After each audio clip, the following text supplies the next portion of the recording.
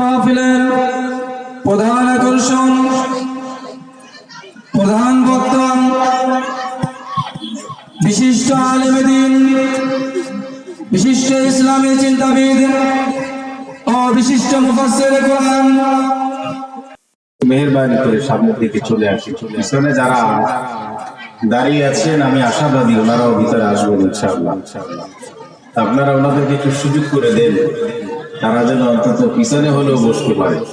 আপনারা একটু সামনে চলে আসুন। সম্মানিত উপস্থিতি, অনেক আলোচনা হয়েছে এবং হবে, আল্লাহ যদি তৌফিক দেন। আমরা কিছু আমল আজকে এখান থেকে নিয়ে যাওয়ার চেষ্টা করবো ইনশাআল্লাহ। বিশেষ করে একটি আমলের মাধ্যমে আমরা অনেক সমস্যার সমাধান করতে পারি। যেমন মনে করুন, আমি একটা মামলা নিয়ে লড়ছি, জায়গা জমি নিয়ে বিরোধ চলছে, আমার অনেক ধরনের সমস্যা রয়েছে, এর কোনো সমাধান আমি হচ্ছি না, আমি বেকার, আমার কোনো চাকরি হচ্ছে না, আমি চাকরি পেতে চাই আমার যোগ্যতার আলোকে, আমি আল্লাহকে সন্তুষ্ট করতে চাই, আমার যে চাহিদা, আমার যে হাজত, এটা আমি পূরণ করতে চাই, সেটা হচ্ছে না। এটা কিভাবে সম্ভব? আপনি আপনার যুবতী মেয়েটাকে বিবাহ দিতে পারছেন না, আপনার যুবক ছেলেটা সেও বিবাহ করতে পারছে না। কি এমন আমল আছে যে আমল করলে আল্লাহ সুবহানাহু ওয়া তাআলা এটা সহজ করে দিবেন, সুগম করে দিবেন, প্রশস্ত করে দিবেন, এবং আপনি যে কাঙ্ক্ষিত মানের অর্থাৎ যে আশাটা আপনি আল্লাহর কাছে করেছিলেন সেটা পূর্ণ হবে? সে আমলটা কি? সে আমলটা আমরা হাদিস থেকে জানবো। বিশ্বনবী সাল্লাল্লাহু আলাইহি ওয়াসাল্লাম আমাদেরকে শিখিয়েছেন। আল্লাহর নবী বলেছেন, ইয়া ইবনা আদম ইরকা'লি আরবা'a রাকাআতিন আকমিলু আখিরাহা মিন আউয়ালিন নাহরি আও কামা আলাইহিস সালাতু ওয়াস সালাম। আল্লাহর নবী সাল্লাল্লাহু আলাইহি ওয়াসাল্লাম বলেছেন, হে বনি আদম ও আমার উম্মতেরা, তোমরা যদি ইশরাকের 4 রাকাত নামাজ 2 করে 4 রাকাত নামাজ আদায় করো, তবে তোমাদের ওই দিনের যত প্রয়োজন আছে সকল প্রয়োজন আল্লাহ মিটিয়ে দিবেন, আল্লাহ পূরণ করে দিবেন। তা আমরা কি চাই না যে আমাদের হাজত, আমাদের যে প্রয়োজন সেটা আল্লাহ পূরণ করে দিই? তো এটা বিশ্বনবীর হাদিস। এই হাদিসটা কার? নবী করিম সাল্লাল্লাহু আলাইহি ওয়াসাল্লাম। আর যেহেতু নবী এই কথা বলেছেন, সন্দেহাতীতভাবে একজন মুমিনকে মনে প্রাণে এটা বিশ্বাস করতে হবে যে হ্যাঁ, অবশ্যই আল্লাহ সুবহানাহু ওয়া তাআলা এটা পূরণ করবেন। তবে আজ থেকে গিয়ে এই আমলটা শুরু করবেন ফজরের নামাজের পর, ইশরাকের ওক্তে, আর দেখবেন যে আপনি সেই কাঙ্ক্ষিত মানের প্রার্থিত বিষয় আল্লাহর কাছে যে আবেদন করেছিলেন সেটা পাচ্ছেন না। আপনাকে অনুসন্ধান করতে হবে, অসঙ্গতি বের করতে হবে যে আপনার রিজিকটা হালাল কিনা। রিজিক যদি আপনার হালাল হয় অবশ্যই আপনার এটা পূরণ হবে। আর রিজিক হালাল না, আপনি কপালে দাগ বসাবেন, পায়ের মধ্যে কালো দাগ সিমটম বানিয়ে ফেলবেন, আর নফল আমল যত আছে সমানই করবেন, আর আল্লাহকে দায়ী করবেন, নিজের অসঙ্গতিগুলো খুঁজে বের করবেন না, এটা হতে পারে না। এই জন্য ইবাদত কবুল হওয়ার পূর্ব শর্ত, প্রথম শর্ত হলো হালাল, হালাল উপার্জন। যে হুজুর ওয়াজ করে গেল আমার মেয়েটার বিবাহ হবে, হুজুর ওয়াজ করে গেল ছেলেটার চাকরি হবে, হুজুর ওয়াজ করে গেল মনের আশা কবুল হবে, হুজুর ওয়াজ করে গেল আমার যে চাহিদা সেটা পূরণ হবে, আমি মামলায় বিজয়ী হব, আমি সফলতার শীর্ষে পৌঁছে যাব, আমার ছেলেটা মেধাবী হবে, পরীক্ষায় পাশ করবে। কই, কিছুই তো হইল না। আপনারা যে দায়ী করবেন সেই সুযোগও কিন্তু আমি রাখলাম না। আপনাকে ভাবতে হবে যে আমার রিজিকটা হালাল কিনা। যদি হালাল হয় আপনি বেশাক সন্দেহাতীত ভাবে আপনি এটা ধরে নিতে পারেন, আপনি আল্লাহর কাছে যা চাবেন আল্লাহ আপনাকে তা দিবে। তো যাই হোক, সম্মানিত হাজিরিন, রাত অনেক হয়েছে, প্রায় 10টা। তা অনেক জায়গায় এই 10টায় আমার আলোচনা শেষ হয়। বেশি যদি করি টেনে হেসড়ে ম্যাক্সিমাম টাইম 11টা। তা আজকেও 11টা বাজলে ধাপ করে আলোচনা বন্ধ হয়ে যাবে। যেখানেই যাই না কেন, আলোচনা কমপ্লিট হোক অথবা ইনকমপ্লিট থাকুক, 11টা বাজলেই আলোচনা বন্ধ। এই মাহফিল এগুলো উদ্দেশ্য কি? বেনামাজিদেরকে নামাজি বানানো। ঠিক না? কিন্তু এই মাহফিলগুলো আজকে এটা না, শুধু আমি এখানে যারা আছেন কবির ভাইটাই সহ অন্য যারা, এদেরকে উদ্দেশ্য করে না, এই সমগ্র বাংলাদেশেই আমরা চিন্তা ভাবনা করি হুজুরকে এত কষ্ট করে হুজুরদের দাওয়াত দিলাম, একটু গভীর রাত পর্যন্ত যদি আলোচনা না হয়, একদিনই তো কি বলে যে একদিনই তো একদিন একটু সময় দেবে। আপনাদের একদিন, আমাদের প্রতিদিন। আগামীকালকে আমাকে ফার্স্ট ফ্লাইটে ঢাকা গিয়ে ময়মনসিংহ যেতে হবে মাহফিলে, ওখান থেকে করে আবার চলে আসতে হবে, এসে আবার সুন্দরবন। তো এখন আমরা তো আর বসে নাই, আমাদের প্রতিদিন আলহামদুলিল্লাহ একটা দুইটা চলছে। আমরাও তো মানুষ, একটু রেস্টেরও তো দরকার আছে। তো রেস্ট যদি নিতে না পারি, আলোচনা করব কেমনে? আর মেইন যে কথা, আসল যেই কথা, সেটা হলো এই মাহফিল মানুষকে নামাজি বানাবে। কিন্তু আমাদের দেশের কিছু কিছু মাহফিল আছে নামাজিদেরকে বেনামাজি বানায়, কারণ সে ফজরের নামাজ পড়তে পারে না। তো এটা যেন না হয়, এই জন্য মাহফিলটা খুব আরামে শুনবো, শুনে গিয়ে রিল্যাক্স মুড নিয়ে ঘুমিয়ে পড়বো, ফজরে উঠে পারলে তাহাজ্জুদ পড়বো, তাহাজ্জুদ পড়ে এরপরে ফজরের নামাজ আমরা জামাতে পড়বো। এখন মাহফিল শুনতে গিয়ে যদি ফজরের নামাজই শেষ হয়ে যায়, তাহলে থাকলো কি বলেন? রাসূল বলেছেন, রাকাতাস সালাতিল ফাজরি খায়রুম মিনাদ দুনিয়া ওয়া মা ফিহা, কামা আলাইহিস সালাতু ওয়াস সালাম। ফজরের 2 রাকাত সুন্নাতের যেই মূল্য, যেই দাম, আসমান ও জমিনের মাঝে যা আছে এগুলো দিলেও সমান হবে না। এ হলো 2 রাকাত সুন্নাতের। তো জামাত, ফরজের নামাজ, ফজরের ফরজ নামাজ, এটার মূল্যায়ন আপনি কিভাবে করবেন? এই জন্য আমাদের এই বিষয়গুলো মাথায় রাখতে হবে। তা আজকে আমরা আলোচনা শুনবো সূরা কাহাফ সম্পর্কে। বলেন তো কোন সূরা? সূরা কাহাফ। আসুন মূল আলোচনার দিকে চলে যাই। আপনাদের জন্য ইনশাআল্লাহ 1 ঘন্টা 7 মিনিট বরাদ্দ, এই পর্যন্ত আমরা আলোচনা শুনবো। আলহামদুলিল্লাহ আলহামদুলিল্লাহ নাহমাদুহু ওয়া নাস্তাঈনুহু ওয়া নাস্তাগফিরুহু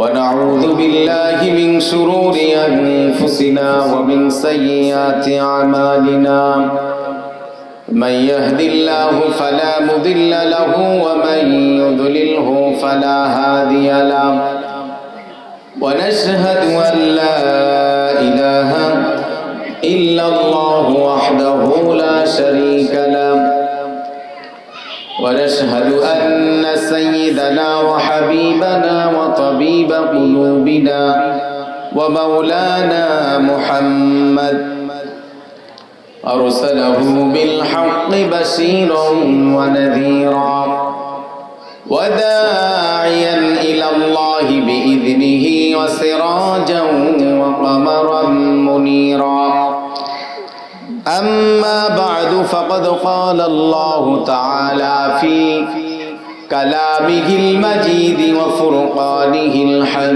الحميد أعوذ بالله من الشيطان الرجيم بسم الله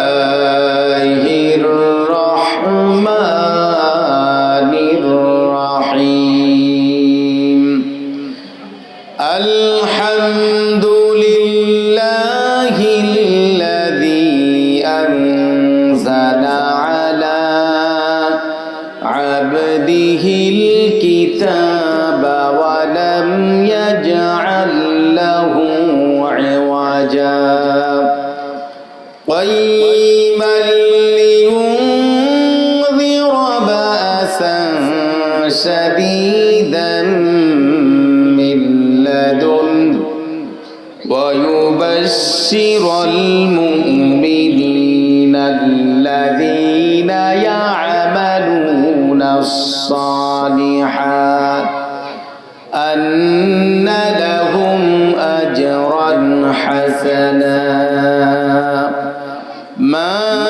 ماكثين فيه أبدا.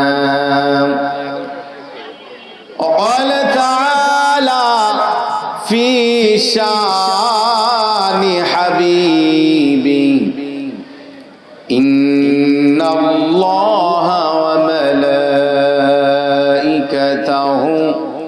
يصلون على النبي يا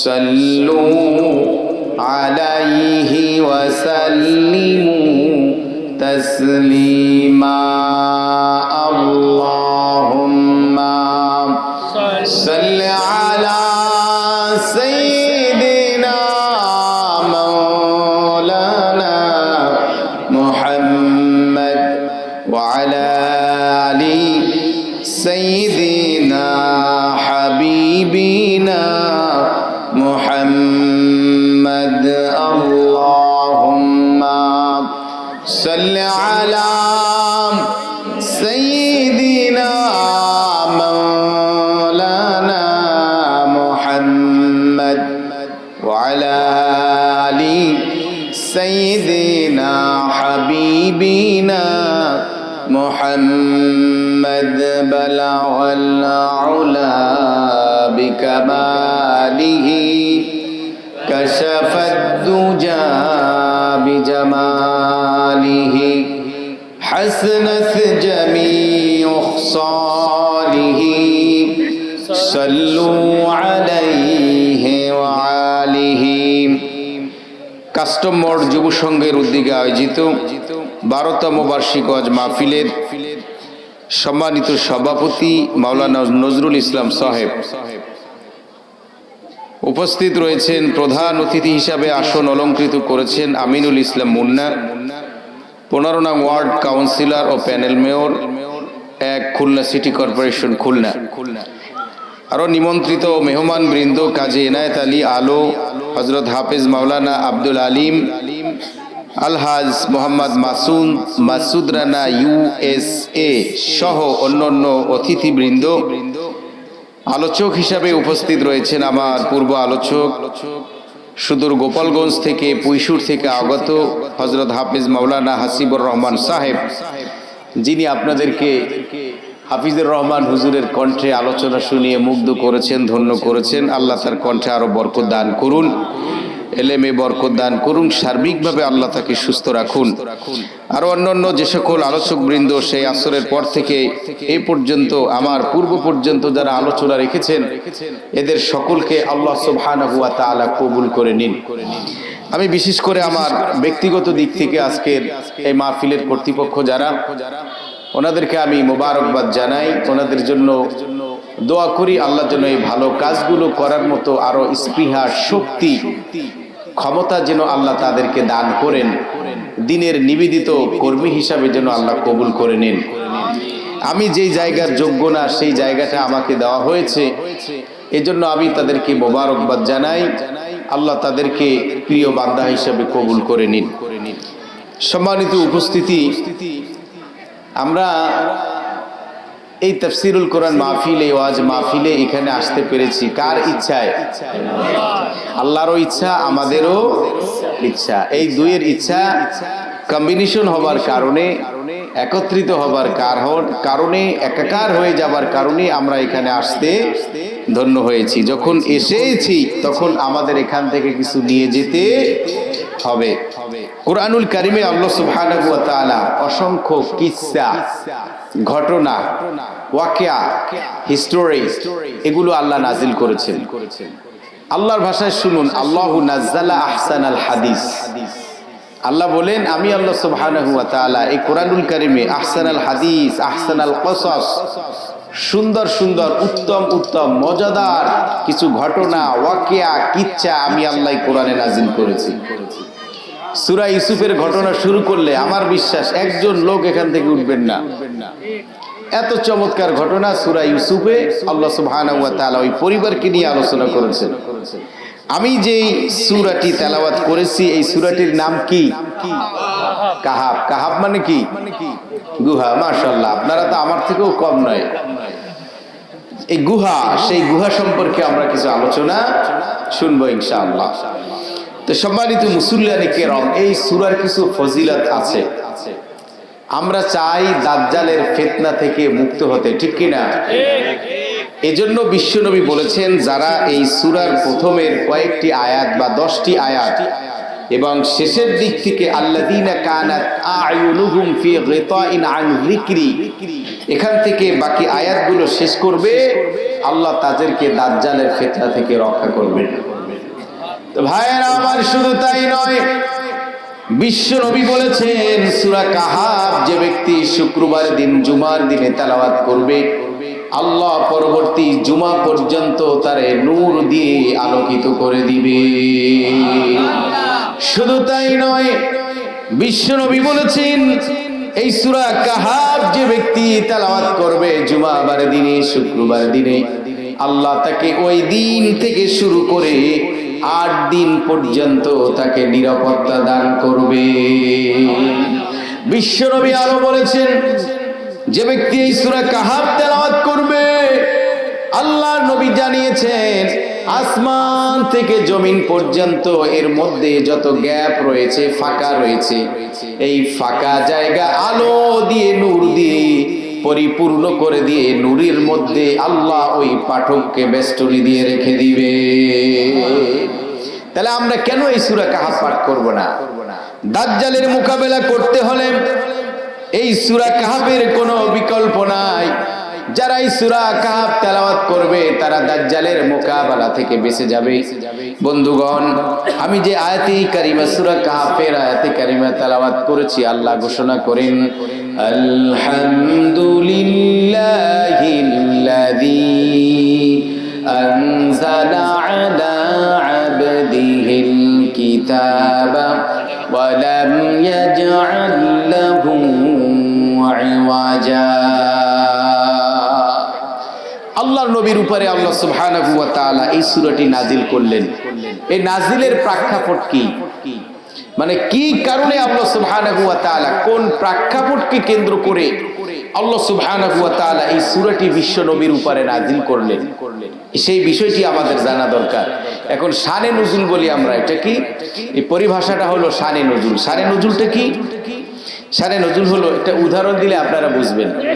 যেমন মনে করুন আপনি এই মোবাইলটা হাতে নিয়েই আপনি কথা বলছেন, হয়তো আমার বা আপনাদের কারো ঘরের অর্ধাঙ্গিনী, আপনার ঘরের ভদ্র মহিলা, উনি আপনি স্বামী আপনাকে ফোন দিয়েছেন, আপনি বাজারে এসেছেন, এই প্রান্ত থেকে আপনার জীবন সঙ্গিনী আপনাকে ফোনে জানালো, শোনো বাসায় মেহমান এসেছে, কোরমা আনবা, পোলাও চাউল আনবা, এই আনবা, মুরগি আনবা, এই মশলা আনবা, এগুলো দরকার, এই সব কিছু আপনি শুধু শুনলেন, শেষমেশ শুধু একটা কথা বললেন, ওকে ঠিক আছে সব নিয়ে আসবো।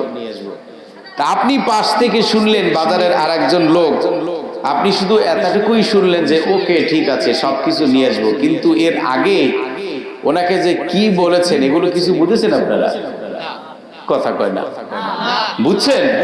বোঝার কথা না, কারণ ওই প্রান্ত থেকে তার জীবন সঙ্গিনী কি যে বলেছেন তা উনিই জানে, আর কেউ জানে না। আর এই মাঝখানে যে কথোপকথন স্বামী স্ত্রীর মধ্যে হচ্ছে, এটাই হলো শানে নজুল। এই বিষয়টি যদি জানা যায়, এগুলো শুনে খুব মজা পাবেন, তৃপ্তি পাবেন, আনন্দ পাবেন। তো সেটা কি, কোন প্রেক্ষাপটে নাজিল হয়? ইহুদিরা ছিল পণ্ডিত। ইহুদিরা কি ছিল? পণ্ডিত। আপনারা কি আছেন আমার সাথে? ইহুদিরা ছিল পণ্ডিত। তো ওদের মধ্যে আসমানি কিতাবের জ্ঞান ছিল, ওরা ছিল শিক্ষিত শয়তান। তো থাকার কারণে ওরা মুশরিকদেরকে, ওরা ছিল হাবাগোবা, সোজা বাংলায় বলদ যেটাকে বলে আর কি, মূর্খ, অর্বাচীন। সেই মুশরিক কাফেরদেরকে ওরা বলল যে শুনো, মুহাম্মদ যে নিজেকে নবী বলে দাবি করে, এটা তোমরা কি পরীক্ষা নিতে চাও সে আদৌ নবী কিনা? এটা যদি জানতে চাও, আমি তোমাদেরকে কিছু প্রশ্ন শিখিয়ে দেব। সেই প্রশ্ন গিয়ে যদি মুহাম্মদকে তোমরা বলতে পারো, আর মুহাম্মদ যদি ওই প্রশ্নের যথাযথ আনসার করতে পারে, জবাব দিতে পারে, তবে তোমরা ধরে নিও যে মুহাম্মদ আসলে তার দাবিতে সে ঠিক আছে, সে একজন নবী। বন্ধুগণ, ইহুদিরা শিখিয়ে দিল, হাবা গোবা অর্বাচীন মূর্খ জাহেল মুশরিক কাফেরদেরকে শিখিয়ে দিল, তোমরা গিয়ে মুহাম্মদকে 3টি প্রশ্ন করবে। কয়টি? তোমরা গিয়ে মুহাম্মদকে বলবে আসহাবে কাহাফ সম্পর্কে তুমি কি জানো? মুহাম্মদকে গিয়ে বলবে, মুহাম্মদ যদি আসহাবে কাহাফ সম্পর্কে যথাযথ জবাব দিতে পারে, তোমরা তো হাবাগোবা বোকা, তোমরা মূর্খ, তোমরা জাহেল, তোমরা তো জানো না। আমরা ইহুদি পণ্ডিত, আসমানি কিতাব আমাদের রয়েছে, আমরা পাণ্ডিত্য অর্জন করেছি, আমরা জানবো যে মুহাম্মদ আমাদের ধোঁকা দিয়ে বোকা বানাচ্ছে কিনা, এর সুযোগ নাই। কারণ আসমানি কিতাব থেকে আমরা জেনেছি আসহাবে কাহাফ কারা। অতএব মুহাম্মদ আমাদেরকে বোকা বানাতে পারবে না। তো তোমরা মুহাম্মদকে বলবে, দেখবে এর জবাব মুহাম্মদ কি দেয় সেটা এসে আমাদেরকে জানাবে। জানিয়ে দেওয়ার পরে আমাদের সেই আসমানি কিতাবের সাথে বা আমাদের যে অর্জিত জ্ঞান এই সম্পর্কে, সেই জ্ঞানের সাথে আমরা মিলিয়ে দেখব যে আসলে ঠিক আছে কিনা। বন্ধুগণ, 1 নম্বর প্রশ্ন এটা। 2 নম্বরে প্রশ্ন করেছিলেন, ওরা প্রশ্ন করেছিল, শিখিয়ে দিল বিশ্ব নবীকে বলবে যে তোমরা জুলকারনাইন সম্পর্কে মুহাম্মদ তুমি কি জানো। দেখবে মুহাম্মদ জুলকারনাইন সম্পর্কে কি জবাব দেয়। 3 নম্বরে যে প্রশ্ন করেছিল, তোমরা বলবে রূহ কি জিনিস। এই রূহ সম্পর্কে যদি মুহাম্মদ জবাব দিতে পারে, 3টি প্রশ্নের যদি যথাযথ জবাব দিতে পারে, তবে ধরে নিও যে মুহাম্মদ সদাবিতে ঠিক আছেন, তিনি আল্লাহর পয়গম্বর। ভাইরা আমার, সম্মানিত সুধী, বিশ্ব নবীকে যখন প্রশ্ন করলো কাফেরেরা, ইহুদিদের পরামর্শক্রমে ওদের শিখিয়ে দেওয়ার কারণে সেই প্রশ্ন এসে ছুড়ে দিল, ও মুহাম্মদ, তুমি নিজেকে নবী বলে দাবি করো, তোমাকে নবী হিসাবে মেনে নিব তুমি যদি বলতে পারো আসহাবে কাহাফ সম্পর্কে আমাদের জানাতে পারো। আল্লাহ নবী বললেন, আগামীকালকে এসো, আগামীকাল তোমাদেরকে জানিয়ে দিব। বিশ্ব নবী এখানে ইনশাআল্লাহ বলেন নাই। কি বলেন নাই? ইনশাআল্লাহ। তো ইনশাআল্লাহ যখন বলেননি, ফেরেশতা আসাও বন্ধ হয়ে গেল, আর ফেরেশতা আসছে না। বন্ধুগণ, ফেরেশতারা আর আসছে না। জিবরাইল আলাইহিস সালাম তিনি বিশ্ব নবীর কাছে অবতরণ করছেন না। আল্লাহর নবী ভাবিত হলেন, চিন্তিত হলেন। বিশ্ব নবী বিষণ্ণতায় ভুগছেন, আমি এখন কি জবাব দিব।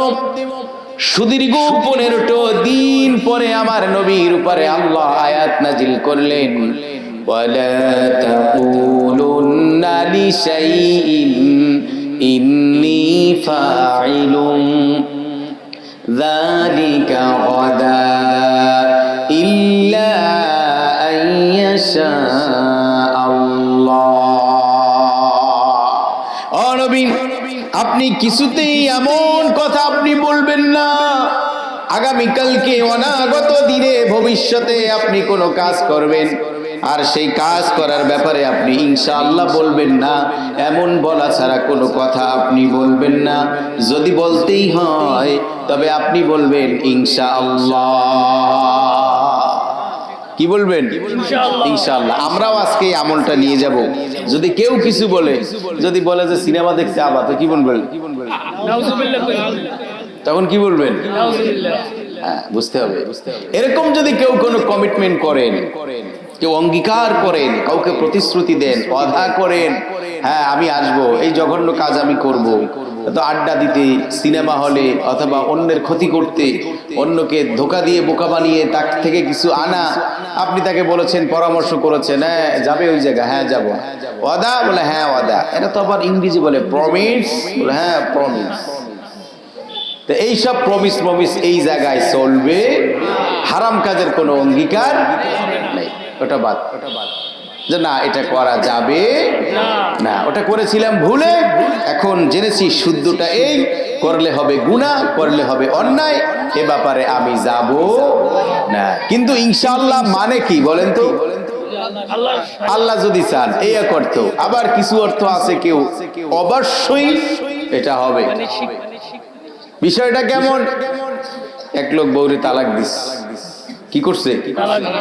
তালাক দিছে। দেওয়ার পরে উনি তালাক দেওয়ার সময় এই কথাটা বলছেন, ইনশাআল্লাহ তুমি তালাক।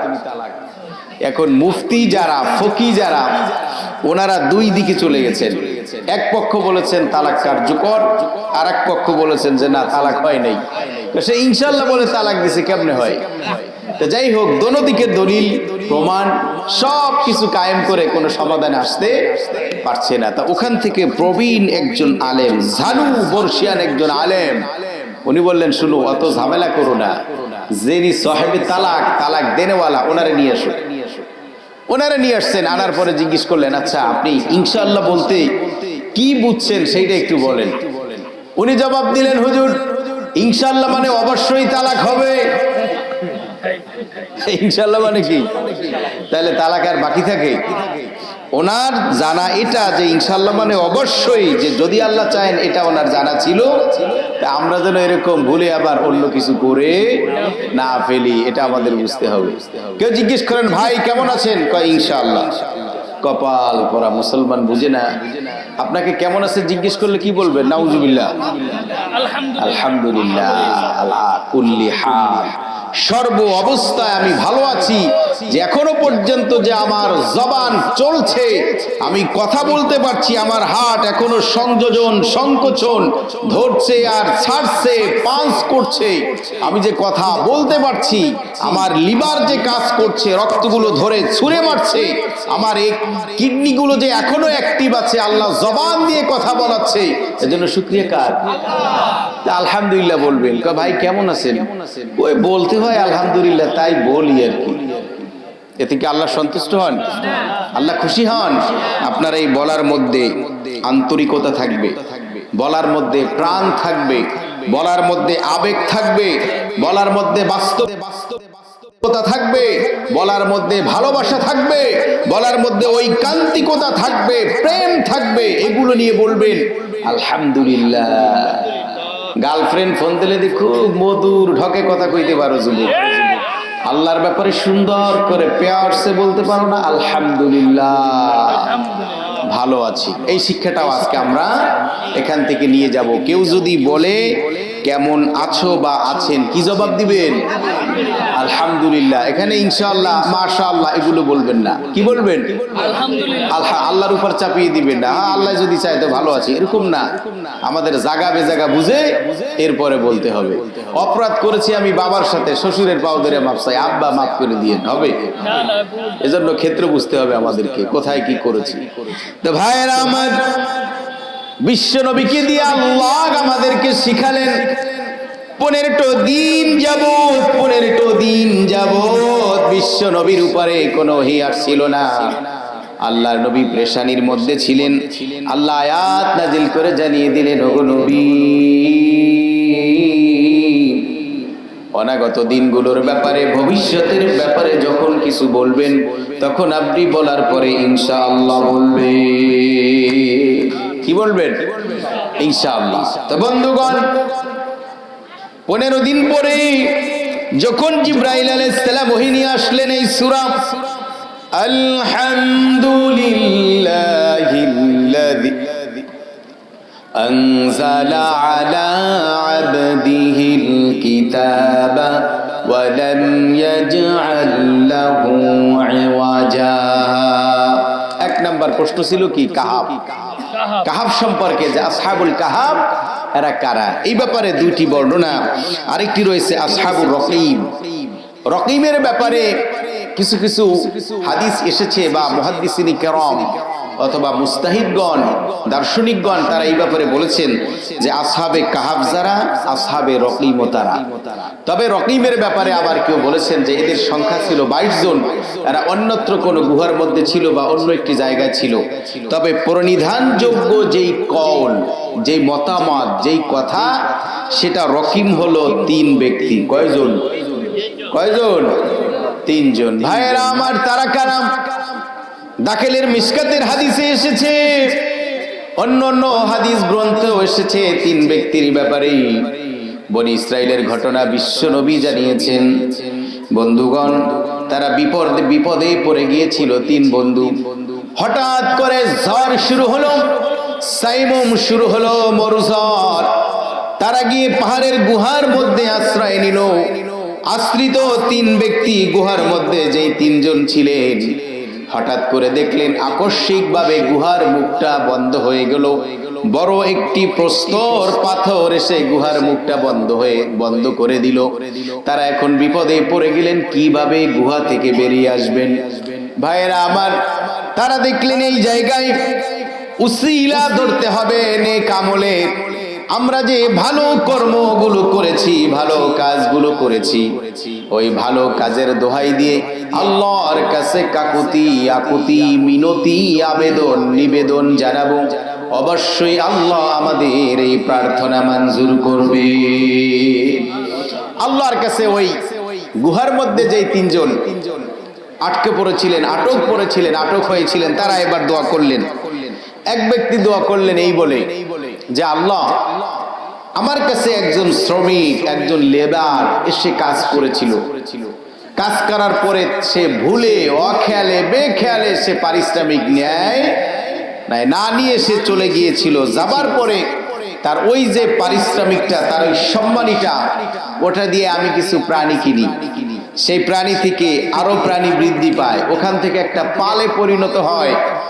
বেশ কিছুদিন পরে যখন সে আমার কাছে এসে সে পাওনা ফেরত চায়, তার পারিশ্রমিক দাবি করে, আমি তখন তার ওই সম্মানী দিয়ে যত পশু হয়েছিল সব আল্লাহ তোমার ভালোবাসা পাওয়ার জন্য আমি সব তাকে ফেরত দিয়েছিলাম।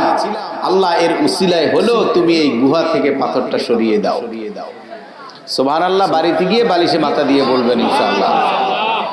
তো ভাইয়েরা আমার, তখন গুহা থেকে 1/3 তিনের এক অংশ মুখ থেকে পাথরটা সরে গেল। আরেকজন বলল, গো আল্লাহ, আমার মা পীড়িত, আমার মা অসুস্থ, মা বিছানায় পড়ে থাকেন, আমি কষাই, আমি বাজার থেকে গোশত এনে, গুর্দা এনে, কলিজা এনে ভুনা করি, আমার মায়ের সামনে গরম গরম করে তৈরি করে দিই, রুটি দিয়ে মাকে খাইয়ে দিই। মা খেয়ে দিয়ে যখন তৃপ্তি বোধ করেন, খাওয়া যখন বন্ধ করে দেন, আর খেতে চান না, তখন আমার ক্ষুধার্ত ছেলেগুলোকে খেতে দিই, মাকে না খাইয়ে আমার সন্তানদেরকে খাওয়াই না। আল্লাহকে ডাক দিয়ে বললেন, ওগো আল্লাহ,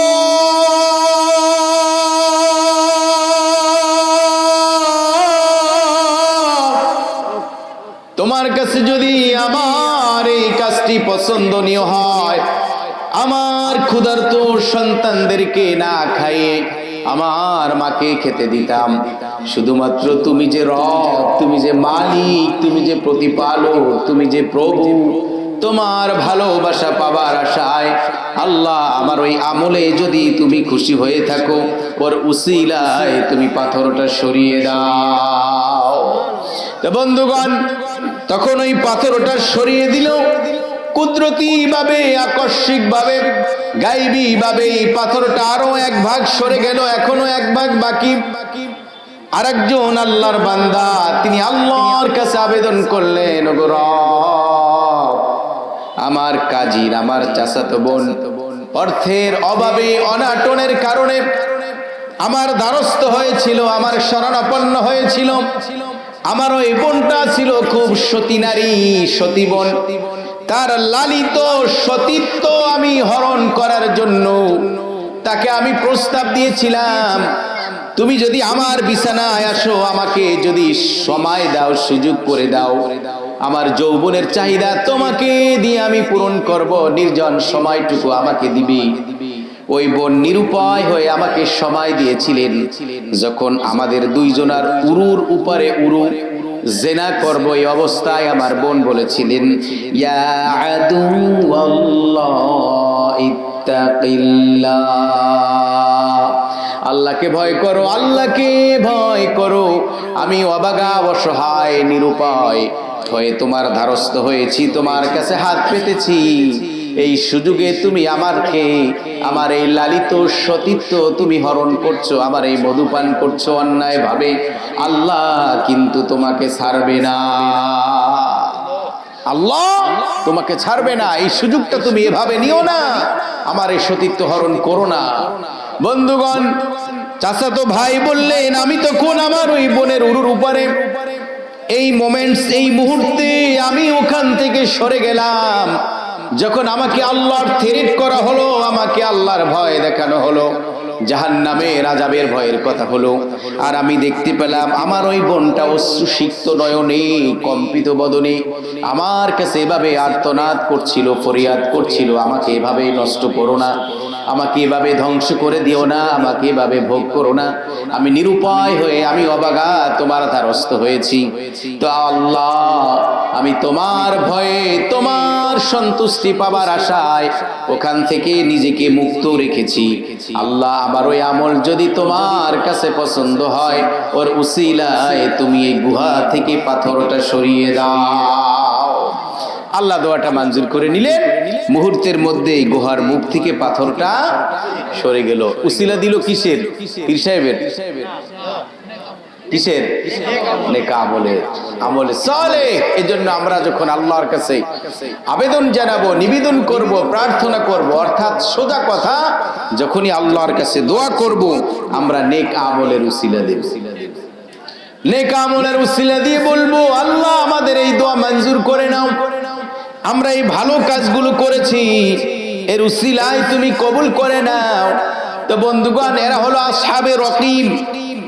এই হলো রকিমদের ঘটনা। কেউ কেউ বলেছেন, তবে এটাই বিশুদ্ধ মত, এটাই প্রসিদ্ধ বেশি, এটার পাল্লা ভারী বেশি। আবার কেউ বলেছেন রকিম ও যা কাহাপতা। বন্ধুগণ, এই আসহাবে কাহাব কারা? আসহাবে কাহাবের কয়েকজন যুবক কুরআনুল কারীমে আমার আল্লাহ জানিয়েছেন তাদের সংখ্যা কত।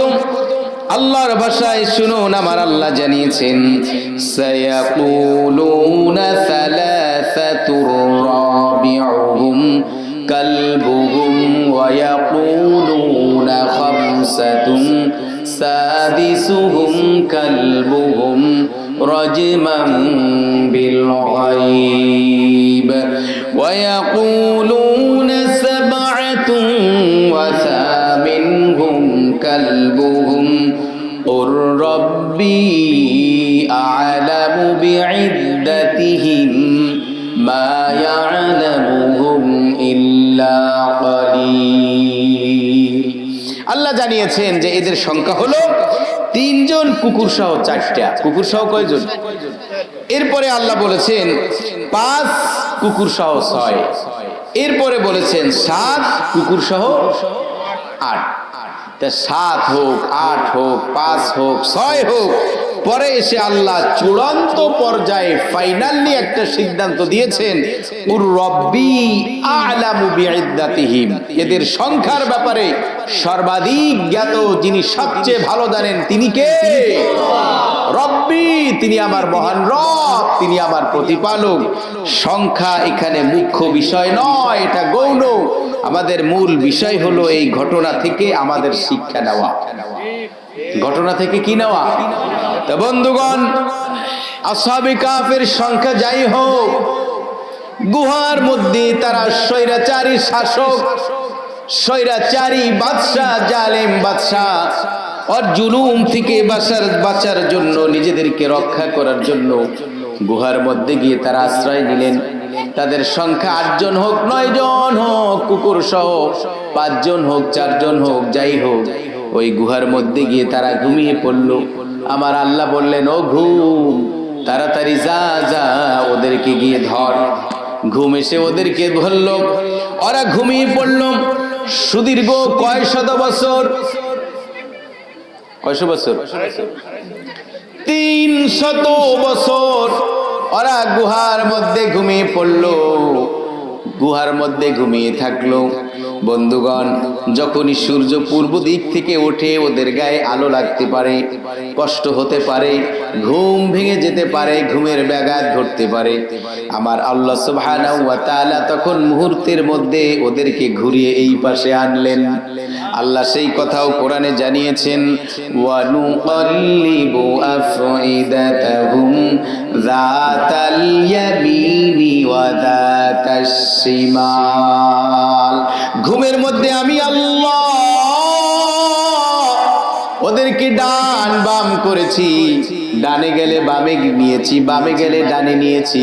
আজকে আয়াতের উপর গবেষণা করে, রিসার্চ করে বিজ্ঞানীরা, বড় বড় ডাক্তারেরা, তারা কি করেছে, এই যে আইসিইউতে রাখে, এখন চিকিৎসা ব্যবস্থা এতটা ম্যাচিউর, এতটা পরিপক্ক যে আইসিইউর মধ্যে এরকম অসুস্থ ব্যক্তিদেরকে রাখে। উন্নত দেশগুলোতে ওদের টাইম নির্ধারণ করা আছে 3 ঘন্টা 2 ঘন্টা, এরপর অটোমেটিকলি পেশেন্টকে ঘুরিয়ে দিবে, ডান দিক থেকে বাম দিকে করবে, বাম দিক থেকে ডান দিকে করবে। আজকে বিধর্মীরা, অমুসলিমিরা গবেষণা করে এগুলা বের করলো, আর আমরা এখন গবেষণা করছি ইল্লাল্লাহ আলাদা করা যাবে কিনা, মিলাদ কিয়াম আলাদা করা যাবে কিনা, নামাজের পর মোনাজাত না করলে ওটা বেঈমান, করলে ওটা মুশরিক।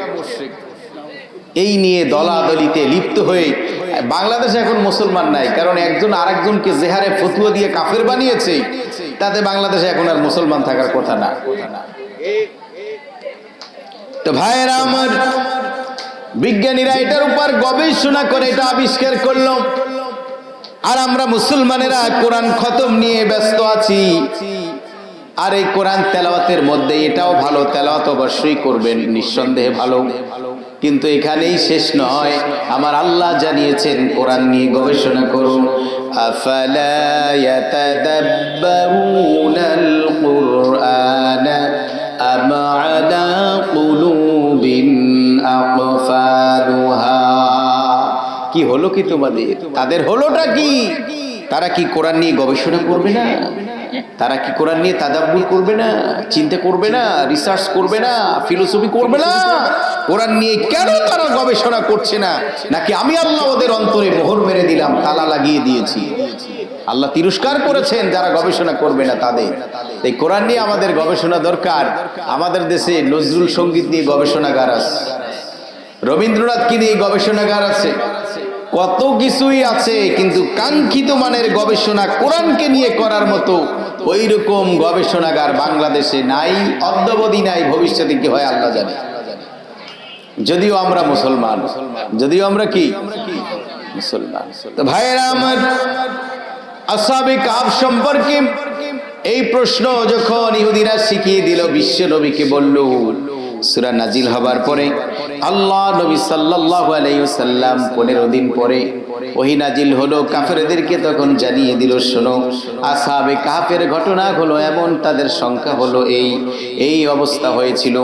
এখানে অমুসলিমরা, ইহুদিরাও পর্যন্ত সংখ্যার ব্যাপারে কোনো বাড়াবাড়ি করে না। তো বলো কতজন সংখ্যা ছিল, কি অবস্থা ছিল, এরকম বিস্তারিত জানতে চাইনি। মূল কথাটা যখন বেরিয়ে এসেছে, ইহুদিরা মিলিয়ে দেখলো যে না, মুহাম্মদ যা বলেছে তা ঠিক বলেছে, সত্য বলেছে, আর এখানে বাড়াবাড়ি করার কোনো যৌক্তিকতা নাই। তারা আর এখানে কোনো বাড়াবাড়ি করলো না। তো ওরা 300 বছর পরে ওখান থেকে যখন সেই ওই সমসাময়িক সময়ের মুদ্রা নিয়ে, যে অল্পতেই শেষ করে দিচ্ছি কারণ আলোচনা ব্যাপক, সামনে নিয়ে এসে যখন হাজির হলো, ওরা ঘুম ভেঙে গেল। ভেঙে যাবার পরে ওরা একজন আরেকজনকে বলল, ওয়াকাযালিকা বা'আথনাহুম লিয়াতাসাআলু বাইনাহুম ক্বালা কাইলুম মিনহুম কাম লাবিসতুম قالوا لبثنا يوما أو بعض يوم الله أكبر। এখানে এমন কথা আল্লাহ বলেছেন, একজন ওদের থেকে একজন আরেকজনকে বললেন, এই বলো তো, কাম লাবিস্তুম, কত সময় তোমরা এখানে হোল করেছিলে, ঘুমিয়েছিলে? তখন জবাব দিল, তারা বলল, ক্বালু লাবিসনা ইয়াওমান আও বা'দা ইয়াওম। ওরা জবাব দিল, আমরা একদিন অথবা দিনের অংশ বিশেষ। সুবহানাল্লাহ। কয়দিন ছিল? কত বছর? আর তারা জবাব দিল কি? একদিন অথবা দিনের অংশ বিশেষ, বা একদিনের চেয়েও কম। এই সময়টুকুন ধরে আমরা এই গুহার মধ্যে অবস্থান করছিলাম। এই কথাগুলো ওরা বলল। বলুন তো, আল্লাহ চাইলে পারে কিনা? ঘুম হলো মৃত্যু। ঘুম কি? বিশ্বনবী বলেছেন, আন নাওমু আখুল মাউত। ঘুম হলো মৃত্যুর খালাতো ভাই। ঘুম হলো মৃত্যুর কি ভাই? আপনি যখন ঘুমিয়ে যাবেন তখন আপনি মরা। তো ভাইয়েরা আমার, আল্লাহ এদেরকে ঘুম পাড়িয়ে রাখলেন, শত শত বছর, 300 বছর ঘুমিয়ে রাখলেন। তারা ঘুমান্ত অবস্থায় ছিল। ওখান থেকে একজন বললেন যাও।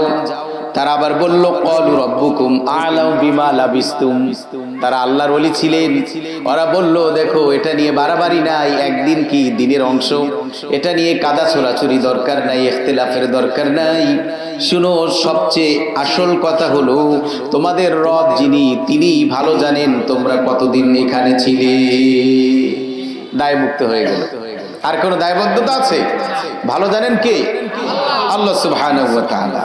বন্ধুগণ, তাদের থেকে একজন বলল ফাবআসু আহাদাকুম বিওয়ারিকিকুম হাদিহি ইলাল মাদিনা। তাদের একজন, যাও বাজারে যাও, মার্কেটে যাও, ওখান থেকে কিছু কিনে নিয়ে আসো।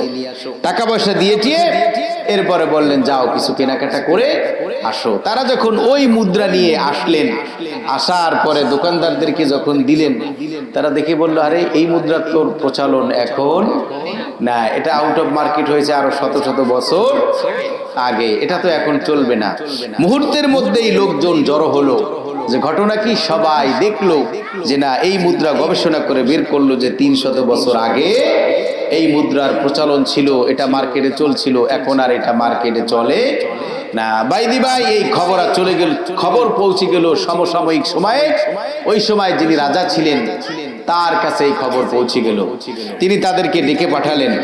আসলেন, আসার পরে সব কিছু জিজ্ঞেস করলেন, জানতে চাইলেন। সেই চুলগুলো বড় বড়, হাতের নখগুলো বড় বড়, এমনকি কুকুরটাও পর্যন্ত জীবিত। ওই কুকুরটা জান্নাতে যাবে। তো বন্ধুগণ, এই ঘটনা থেকে একটি শিক্ষা রয়েছে। ওই যে কুকুরটা, সে ওদের সাথে এইভাবে সুযোগ কেন পেল? আমার আল্লাহ কোরআনে কি জবাব দিয়েছেন, অন্য আয়াতে আল্লাহ কি জানিয়েছেন, সেখান থেকে জবাব নিন। ইয়া আইয়ুহাল্লাযীনা আমানুত্তাকুল্লাহা ওয়া কুনু মা'আস সাদিকিন।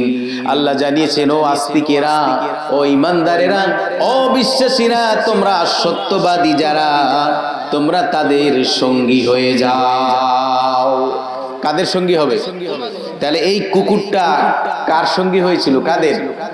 সত্যবাদীদের, দিনদার, আল্লাহওয়ালা, আল্লাহর মাহবুবে বান্দা যারা ছিলেন, তাদের সঙ্গী হয়ে যাবার কারণে আল্লাহ তাকে মর্যাদা দিয়ে ধন্য করে দিলেন।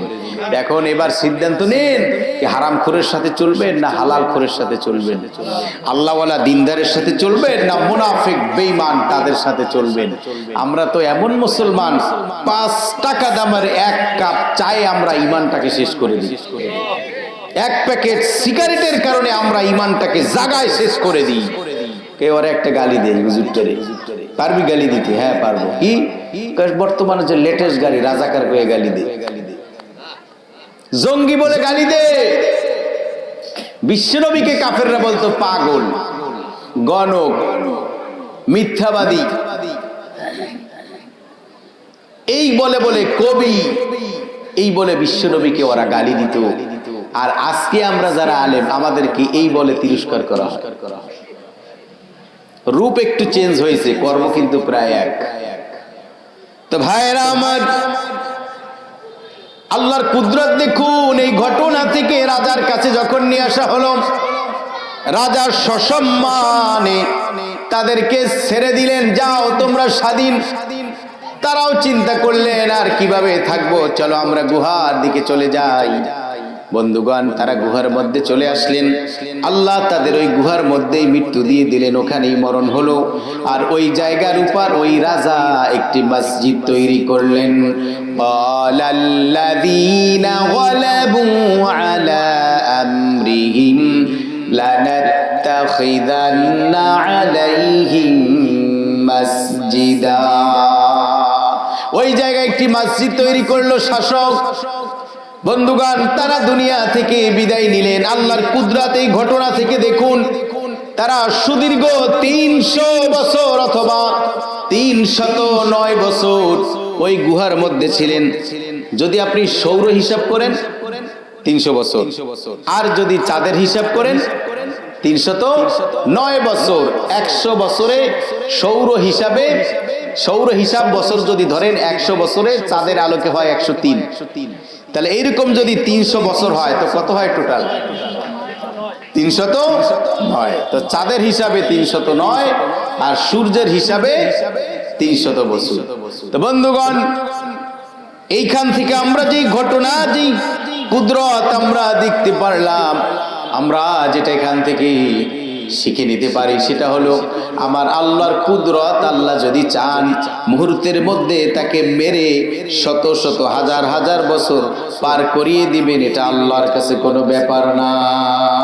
ব্যাপার এখানে ছিল সারা 300 বছর, অথচ ঝগড়া করলো কয়ে নিয়ে একদিন অথবা একদিনের অংশ বিশেষ, এর চেয়েও কম, এর চেয়ে বেশি না। আল্লাহর আরেকজন প্রিয় বান্দা উযাইর আলাইহিস সালাম, কেউ কেউ বলেছেন এখানে নাম মুখ্য বিষয় নয়, আসল বিষয় আমাদের এর থেকে শিক্ষা গ্রহণ।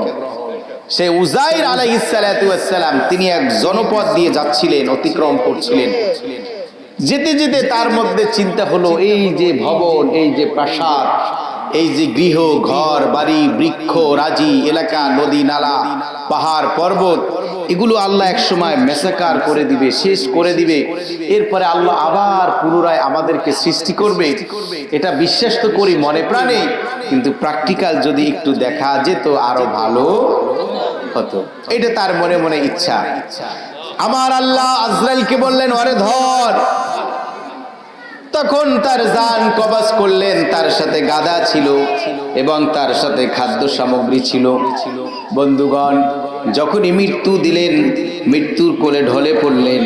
আল্লাহ কোরআনে জানিয়েছেন, আও কাল্লাযী মাররা আলা ক্বরয়াতিন ওয়া হিয়া খাবিয়াতুন আলা উরুশিহা ক্বালা আন্না ইউহয়িল হাযিহিল মাউতা।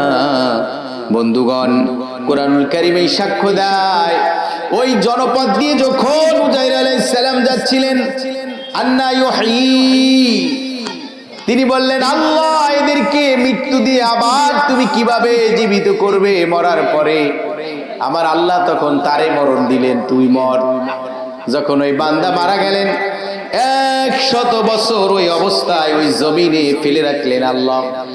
100 বছর পরে যখন তাকে জীবিত করলেন, করার পরে এবার তাকে জিজ্ঞেস করলেন, বলো কামলা বিস্তা, কত সময় তুমি এরকম ছিলে? সে জবাব দিল, লাবিস্তু ইয়াউমান আও বা'দা ইয়াউম। উযাইর আলাইহিস সালাম জবাব দিলেন, আমি একদিন অথবা একদিনের অংশ বিশেষ এই অবস্থায় আমি ছিলাম। আমার আল্লাহ বললেন, ফানজুর ইলা তাআমিকা ওয়া শারাবিকা লাম ইয়াতাসান্না ওয়ানজুর ইলাল হিমার। তুমি তোমার খাদ্যের দিকে তাকাও, তুমি তোমার সেই গাধার দিকে তাকিয়ে দেখো। আল্লাহর বান্দা গাধার দিকে তাকিয়ে দেখলেন, হাড্ডি গুলো জমিনে পড়ে আছে, গাধার অন্য কোনো অস্তিত্ব নাই। উযাইর আলাইহিস সালাম বুঝতে পারলেন কেস অন্যদিক। আমি একদিন বা দিনের অংশ বিশেষ এভাবে ঘুমান্ত অবস্থায় ছিলাম না। আমার আল্লাহ জানিয়ে দিলেন, মিয়াতা আমিন ফানজুর ইলা তাআমিকা ওয়া শারাবিকা লাম ইয়াতাসান্না ওয়ানজুর ইলাল ইযাম। আল্লাহ জানিয়ে দিলেন, তুমি ওই গাদার হাড়গুলোর দিকে তাকাও, হাড্ডির দিকে তাকিয়ে দেখো, তুমি 100 বছর অবস্থায় তুমি ছিলে। কত বছর? এরপরে আল্লাহ বলেছেন, ইন্নাল্লাহা আলা কুল্লি শাইইন কাদির, আমি আল্লাহ সর্বময় ক্ষমতার অধিকারী, সকল ক্ষমতার উৎস। কারা কেরা কইছে? আল্লাহ। আমরা কি বলি? হ্যাঁ, জনগণ। আপনি আল্লাহ বলেন কেন? এটা তো কবিরা গুনাহ বাংলাদেশের সংবিধানের ভাষায়। আপনি তো এই কথা বলতে পারেন না। তো বন্ধুগণ, ইন্নাল্লাহা আলা কুল্লি শাইইন কাদির, আর মুসলমানের সংবিধান, মুসলিমের কনস্টিটিউশন এই আল কোরআন এটা এই সাক্ষ্য দেয় সর্বময় ক্ষমতার অধিকারী সকল ক্ষমতার উৎস হলেন ইন্নাল্লাহা আলা কুল্লি শাইইন কাদির। দেখো আমি আল্লাহ এই ক্ষমতা দেখিয়ে দিলাম যে আমি কিভাবে 100 বছর মৃত রেখে তোমাদেরকে আবার জীবিত করলাম। আল্লাহ ওই গাধাকে এবার নির্দেশ দিলেন, ও গাধা, তোমার শরীরে যেই গোশত ছিল, যেই ত্বক ছিল, যেই লোম ছিল, পশম ছিল, তুমি আবার সাবেক অবস্থায় তুমি ফিরে এসো যেভাবে তুমি জীবিত ছিলে। মুহূর্তের মধ্যে গাদার ওই হাড়গুলোর উপরে গোশত চামড়া লেগে একটি জীবিত প্রাণবন্ত জীবন্ত গাধায় পরিণত হয়ে গেল। করলেন কে? আল্লাহ সুবহানাহু ওয়া তাআলা। তো আল্লাহ দৃষ্টান্ত দিয়ে এইগুলো কোরআনের মধ্যে নাজিল করে আমাদেরকে আল্লাহ শিখালেন যে আমি আল্লাহ কিন্তু সকল ক্ষমতার অধিকারী, ফাআলুল লিমা ইউরিদ, আমি আল্লাহ যা চাই তাই আমি করতে পারি। তো বন্ধুগণ, এই পর্যন্ত থাক। কাহফ সম্পর্কে এখানেই শেষ করে দিলাম। আল্লাহ সুবহানাহু ওয়া তাআলা বিশ্ব নবীর উপর ওহী নাজিল করে এটা জানিয়ে দিলেন। আসহাবে কাহফের ঘটনা কি কি হয়েছিল নবী সেটা জানিয়ে দিলেন। 2 নম্বরে ওরা প্রশ্ন করেছিল যুলকারনাইন কে, তার সম্পর্কে কি জানেন বলুন। সূরা কাহফের মধ্যে আল্লাহ সেই জবাব বিশ্ব নবীকে দিয়েছেন, ক্বালু ইয়া যাল করনাইনি ইন্না ইয়াজুজা ওয়া মাআজুজা মুফসিদুনা ফিল আরদি ফাহাল নাজআল লাকা খরজান আলা আন তাজআলা বাইনানা ওয়া বাইনাহুম সাদ্দা। যুলকারনাইন সম্পর্কে বলুন। বিশ্ব নবীকে আল্লাহ জানিয়ে দিলেন যুলকারনাইন একজন মুসলিম বাদশা ছিলেন। কেউ কেউ বলেছেন তিনি একজন নবী ছিলেন, তবে এই কথাটা দুর্বল, নাজুক। স্ট্রং যেটা সেটা হলো তিনি একজন আল্লাহওয়ালা বাদশা ছিলেন। 2 জন মুসলিম বাদশা ক্ষমতাধর ছিলেন। তার মধ্যে থেকে একজন হলেন সুলাইমান আলাইহিস সালাম, আর অপরজন হলেন এই যুলকারনাইন। আর স্বৈরাচারী জঘন্য নিকৃষ্ট কীট 2 জন শাসক ছিল, বখতে নাসের আর হলো নমরুদ। কয়জন?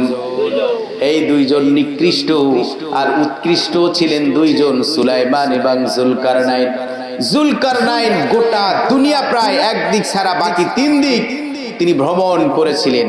হাত্তা ইযা বালাগা মাগরিবাশ শামসি ওয়া ওয়াজাদা মিন দুনিহিমা কওমা। তিনি যখন মাগরিব পশ্চিম দিকে গেলেন, সেখানে গিয়ে একটি জনগোষ্ঠী জাতিকে তিনি পেলেন। তারা অমুসলিম ছিলেন, তাদেরকে কালিমার দাওয়াত দিলেন, তাওহীদের দাওয়াত দিলেন।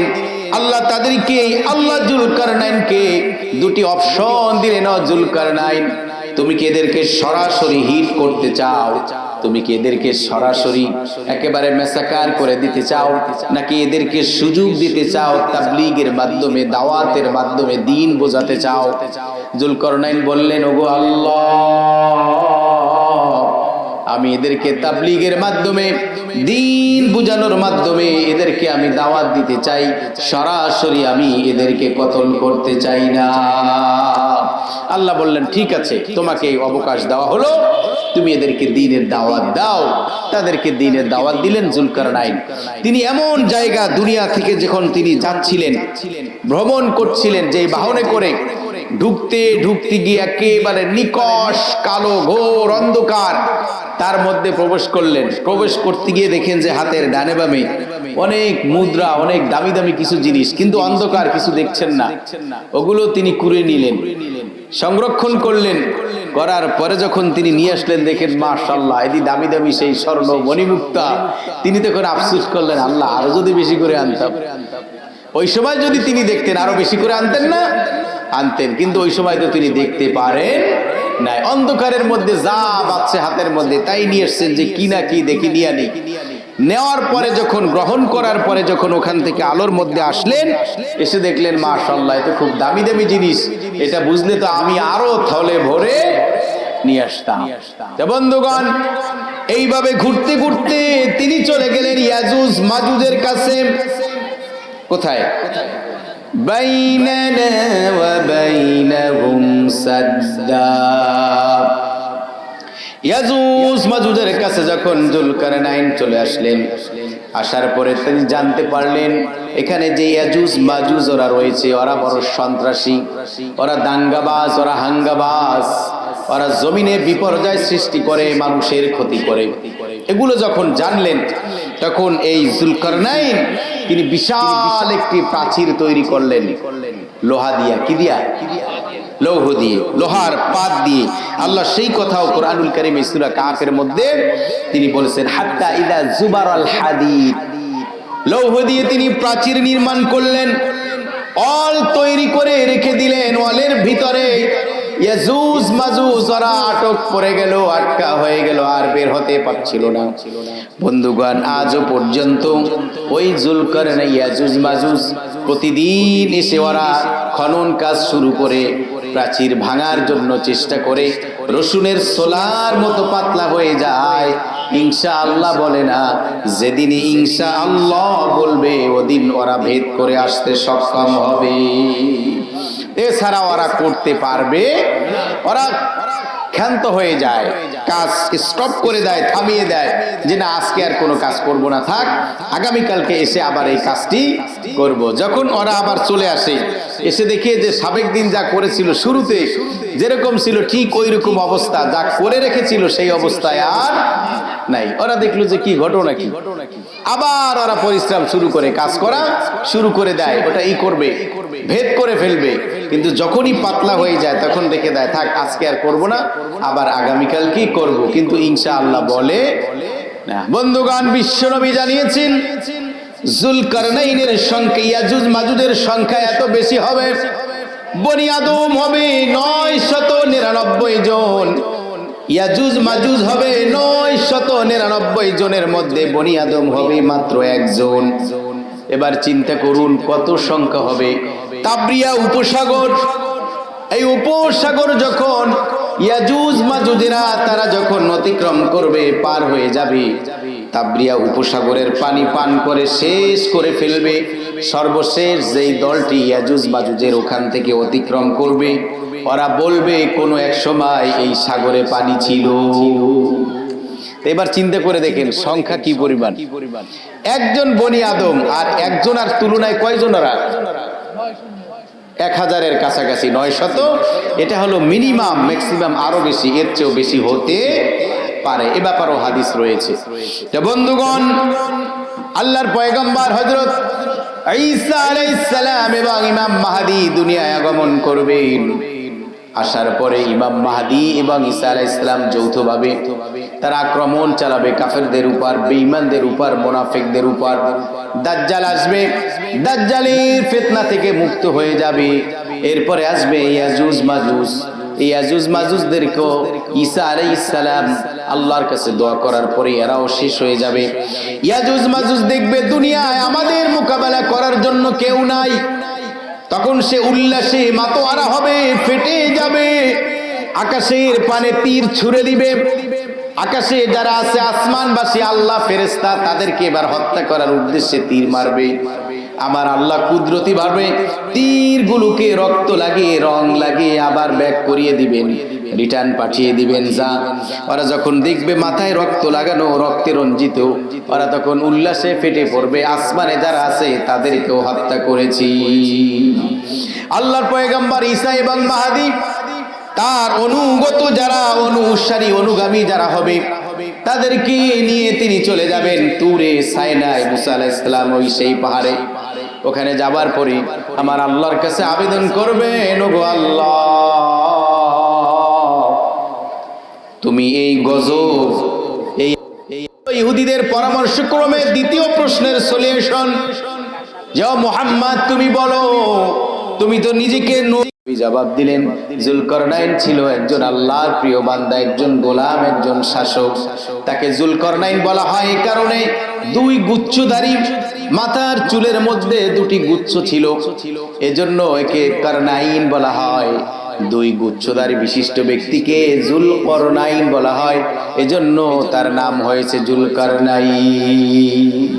তো ভাইয়েরা আমার, প্রাচীর নির্মাণ করে দিয়ে ওদেরকে আটক রাখবেন। আল্লাহর যখন হুকুম হবে তখন ওখান থেকে ভেদ করে আসবে, জমিন চষবে, ঈসা আলাইহিস সালাতু ওয়াস সালাম শেষ করে দিবে। সব ঘটনা নবী জানিয়ে দিলেন। জানিয়ে যাবার পরে ইহুদি পণ্ডিতদের কাছে গিয়ে আবার ওই মুশরিকরা বলল যে মুহাম্মদ এই জবাব দিয়েছে। তখন ইহুদিরা মাথা নিচু করে দিল, হ্যাঁ মুহাম্মদ যা বলেছে সত্য বলেছে। ইহুদি ওগো চরিত্রটাই খারাপ, সত্যটা ওরা মেনে নিবে না। আব্দুল্লাহ বিন সালামা রাদিয়াল্লাহু তাআলা আনহু, তিনি একজন ইহুদি পণ্ডিত ছিলেন।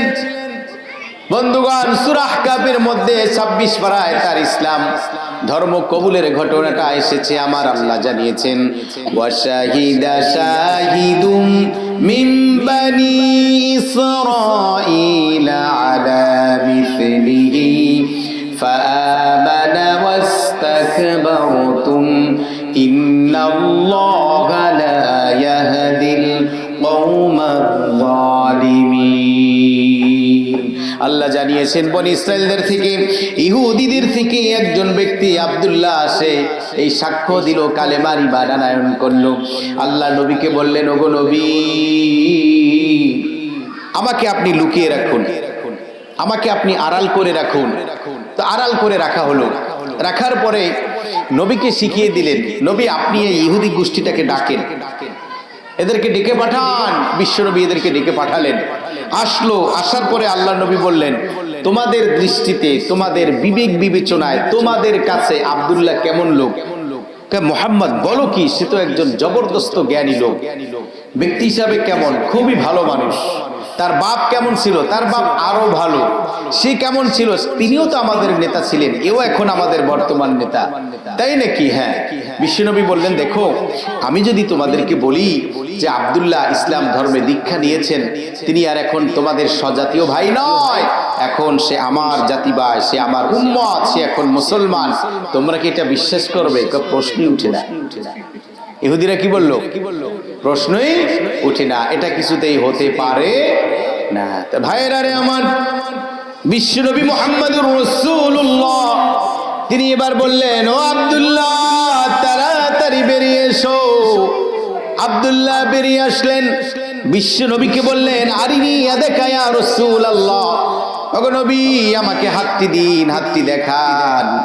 আল্লাহর নবী হাত সামনে দিলেন, হাত এমনি করে ধরে বললেন, ও নবী আমাকে এদের সামনে পাঠ করিয়ে দিন, আশহাদু আল্লা ইলাহা ইল্লাল্লাহু ওয়া আশহাদু আন্না মুহাম্মাদান আবদুহু ওয়া রাসূলুহু। আব্দুল্লাহ তিনি মুসলমান হয়ে গেলেন। এবার বললেন, এবার রাসূল বলছেন, আচ্ছা এই তোমরা তো যা ঘটলো তোমরা তা তোমাদের কাছে এটা দৃশ্যমান, তোমরা একেবারে সব দেখেছো, এবার বলো তো এর ব্যাপারে তোমাদের প্রতিক্রিয়াটা কি? তখন ইহুদিরা জবাব দিল, ও একটা টাউট, আব্দুল্লাহ একটা বাটপার, সে একটা খারাপ লোক, সে একটা জঘন্য লোক।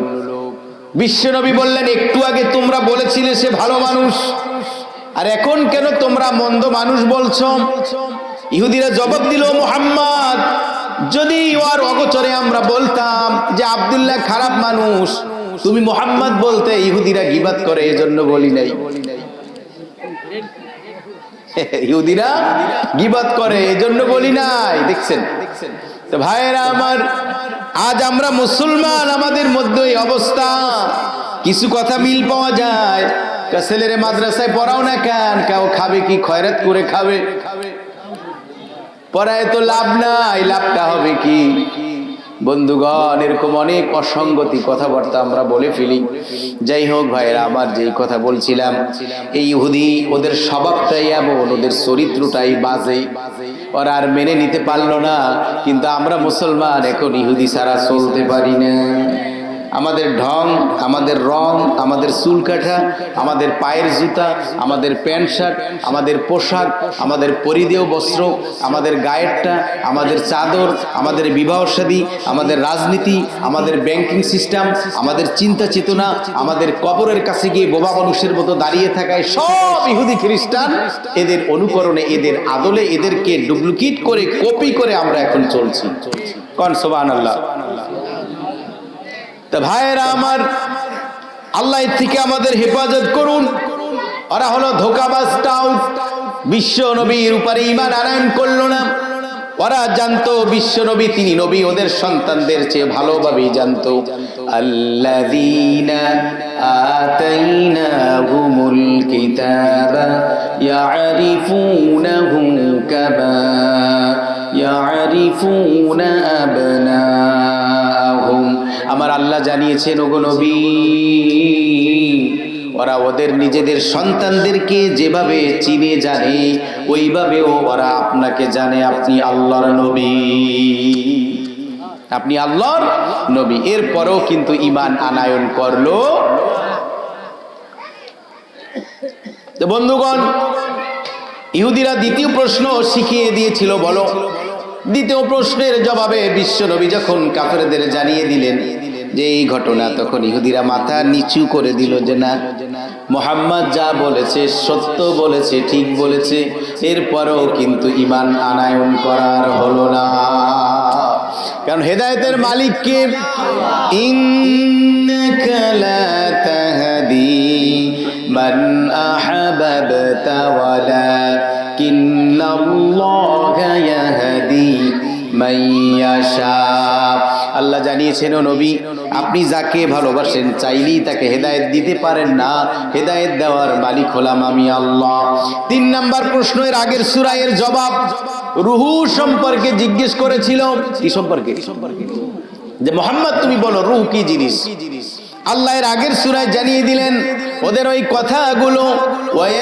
ওয়ায়াসআলুনাকা আনির রূহ কুলির রূহু মিন আমরি রাব্বি।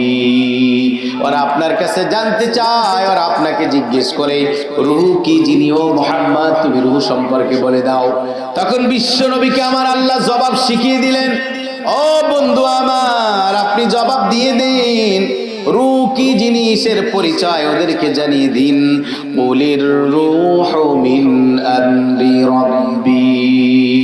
আপনি বলে দেন এই রূহ হলো আমার আল্লাহর নির্দেশ। রূহ কি? বিশ্ব বিজ্ঞানীরা, ডাক্তাররা, ওনারা একটা দেহ নিয়ে পরীক্ষা করলো যে রূহুর ওজন কত।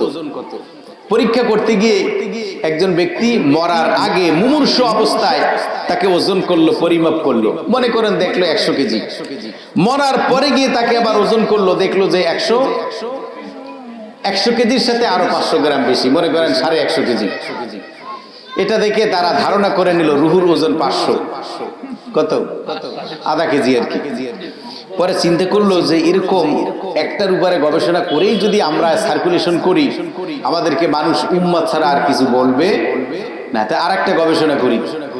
এবার ওই লোকটাকেও মৃত্যুবরণ করার আগেও মুমূর্ষু অবস্থায় সাকরাতুল মাউত ওই হালাতে তার ওজন করলো, দেখলো একরকম, মরার পর দেখলো যে ওজন আরো কমছে। ওজন কি? আর এর আগে কি হয়েছিল? তাহলে এখন তো রূহুর কোনো খবরই নেই। তার ওজন কত সেটা করা যাবে? আল্লাহ বলেছেন কুলির রূহু মিন আমরি রব্বি। আপনি বলুন এই রূহ হলো আমি আল্লাহর একটি নির্দেশ। ওয়া আখিরু দাওয়ানা আনিল হামদুলিল্লাহি রাব্বিল আলামিন। ভাই কই? করে দেব। আল্লাহুম্মা সাল্লি আলা মুহাম্মাদিন ওয়া আলা আলি মুহাম্মাদ কামা সাল্লাইতা আলা ইব্রাহিম ওয়া আলা আলি ইব্রাহিম ইন্নাকা হামিদুম মাজিদ। আল্লাহুম্মা বারিক আলা মুহাম্মাদিন ওয়া আলা আলি মুহাম্মাদ কামা বারাকতা আলা ইব্রাহিম ওয়া আলা আলি ইব্রাহিম ইন্নাকা হামিদুম মাজিদ।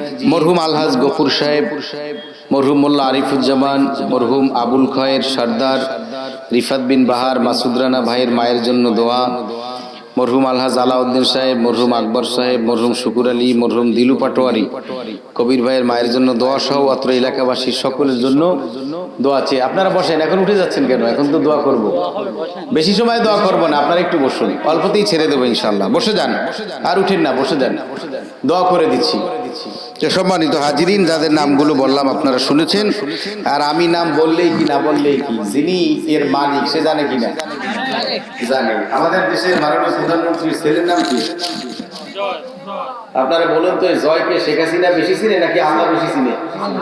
আল্লাহ বেশি চিনে। এই বিশ্বাসটা রাখতে হবে, এই আকীদাটা আমাদের পোষণ করতে হবে, এই বিশ্বাসটা আমাদের মধ্যে রাখতে হবে যে আমার আল্লাহ সবচেয়ে ভালো চিনেন।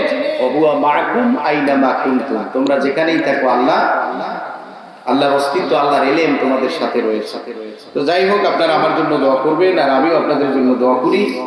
আরো যদি একটু আগে উঠতে পারতাম, 9টা, মোটামুটি 2 ঘন্টা আলোচনা করলে আরো কিছু কথা শোনানো যেত। তারপর আপনারা শুনেছেন সব ওলামায়ে কেরামি কোরআন হাদিস থেকে আলোচনা করেছেন, এক এক ফুলের এক এক সুগন্ধি, এক এক ফ্রাগ্রেন্স সৌরভ ছড়ায়। আপনারা অনেক আলেমদের থেকে অনেক কিছু শুনেছেন।